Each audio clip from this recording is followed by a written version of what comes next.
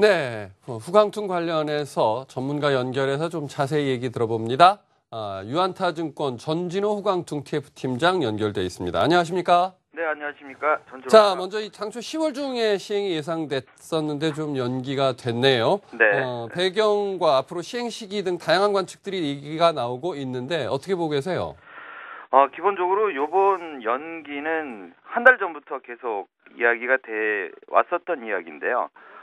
중국 현지의 그 국내 투자가와 해외 투자가들의 매매 차익 과세 형평이 문제가 됐었습니다. 그래서 중국 현지 투자가들은 매매 차익에 대해서 비과세를 받았었는데요. 혜택을 받았었는데 해외 투자가도 동일하게 비과세 혜택을 줘야 되는 거 아니냐라는 게 여론이었는데 이 비과세 부분을 구체적으로 명시하지 않았고 그래서 이번 제도가 세금 제도 문제로 연기된 거 아닌가라고 생각이 듭니다. 허나 기본적으로 증권사들은 중국과 홍콩의 시세 연결이나 고객 매매에 대한 시스템은 완벽하게 준비가 돼 있기 때문에 제도적인 문제만 보완이 되고 시행이 된다면 시행 시기의 여부에 상관없이 결정적인 제도 문제만 남지 않았나라고 판단하고 있습니다. 네, 알겠습니다. 자, 이 후광퉁 시행이 좀 지연이 되면서 중국 증시는 다소 실망 매물들이 나왔다라는 소식이 들려오는데, 하지만 여전히 후광퉁 전 세계적인 화두입니다. 네. 이 중국 주식 시장의 본격적인 개방 신호탄이 될 것 같은데, 네. 우리 개인 투자자들이 후광퉁 시행 이후에 중국 본토 증시에 어떻게 투자하는지 투자 방법 좀 설명 부탁드립니다. 네, 현재도 그 QP라는 제도를 통해서 해외 기관 투자가들한테 중국 시장은 한 100조 원 정도 한도가 열려 있는 상황입니다. 그리고 이번 후광통 제도를 통해서 50조 원 정도의 일반 투자가 자금이 들어갈 텐데요. 실제로 매매 제도는 그렇게 복잡하진 않습니다. 만약에 보유 증권사에 본인의 주식 위탁 계좌가 있으신 분들은 해외 주식 거래 신청을 통해서 입금하시고 환전을 하게 됩니다. 예를 들면 홍콩 시장을 매매하실 분은 홍콩 달러를 환전하시면 될 것 같고요. 상하이 증시를 매매하실 분들은 상하이 위엔화로 환전하시면 됩니다. 그리고 환전 시간도 대부분의 증권사들은 아침 9시부터 장이 끝나는 5시까지 환전이 자유롭게 아마 서비스가 될 거기 때문에 해외 주식 특히 중국 주식을 매매하실 때 불편한 점은 거의 없으리라 그렇게 생각이 듭니다. 네, 알겠습니다. 무엇보다 이 정확한 시장의 룰을 숙지하는 게 중요하지 않을까 싶네요. 네. 국내 또는 이 미국이나 일본 등 다른 해외 시장과 달리 좀 유의해야 될 부분들은 어떤 것들을 꼽아주시겠어요? 좀 특이한 면이 있죠. 홍콩하고 상해 시장은 약간 다릅니다. 그래서 물론 이제 영업 시간이 일단 틀립니다. 홍콩은 10시에 열리고요. 상해 시장은 10시 15분에 열렸고 그다음에 홍콩 시장은 5시에 마감을 하고 상해 A 시장은 우리나라 시간으로 4시에 마감을 합니다. 그러니까 시간이 틀리고요. 그다음에 후광통을 통해서 상해 A 시장을 매수를 할 때는 홍콩과 상해 시장이 동시에 영업을 해야 됩니다. 예를 들면 상해 시장은 쉬고 있는데 홍콩 시장은 열릴 수 있잖아요. 국경일이 틀리니까. 그런 날은 매매를 못하고요. 홍콩과 상해 시장이 동시에 열려야만 매매를 할 수 있다는 게 특징적인 모습이고 예를 들면 5월 5일 날 같은 경우는 한국은 쉬지만 홍콩하고 상해는 거래를 하기 때문에 휴일 날도 홍콩과 상해 증시를 매매할 수 있다는 게 아주 특이한 면이고요. 그다음에 홍콩 증시를 매매할 때는 저희는 기본적으로 10주, 100주, 1000주 단위로 매매를 하지 않습니까? 종목 상관없이. 그런데 이제 홍콩 같은 경우는 종목별로 어떤 종목은 매매 단위가 100주고 어떤 종목은 500주고 이렇게 종목별로 매매를 할 수 있는 거래 단위가 좀 틀리다는 게 특징이고요. 그다음에 상해 증시 같은 경우는 기본 매매 단위가 100주입니다. 100주, 200주, 300주 이렇게 사야지 110주, 120주 이렇게 못 산다는 게 특징이고요. 매도는 특이하게 한 주씩 매도할 수 있는 게 특징입니다.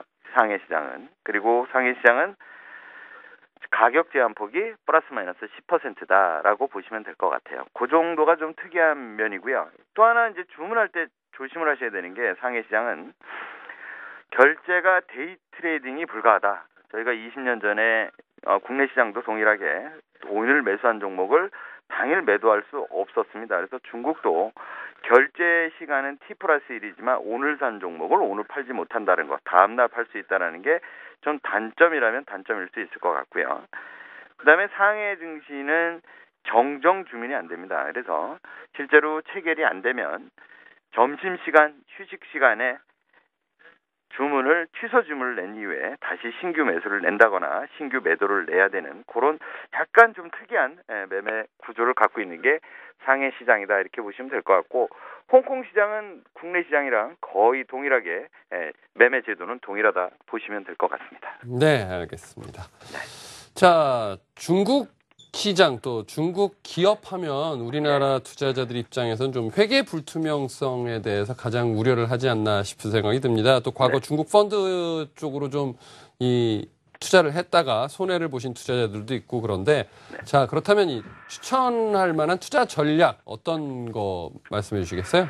네. 근데 저희가 사실 2007년도에 중국 펀드 바람이 불면서 대부분의 국내 투자가들이 많은 손해를 보셨었습니다만은 사실 중국 시장이 부실해서 손해 본 게 아니고 중국 시장 자체가 그 당시는 상당한 과열이고 오버밸류 상태에 있었습니다. 예를 들면 그 당시는 GDP 대비 시가총액이 160%를 넘어갈 정도로 만약에 버핏이라는 투자가였으면 그 당시에 주식을 팔았었을 시기에 국내 투자가들이 늦게 뛰어든 것뿐이지 실제적으로 중국 시장의 기업 실적이나 이런 부분은 크게 성장성에서는 문제가 되지는 않았었습니다.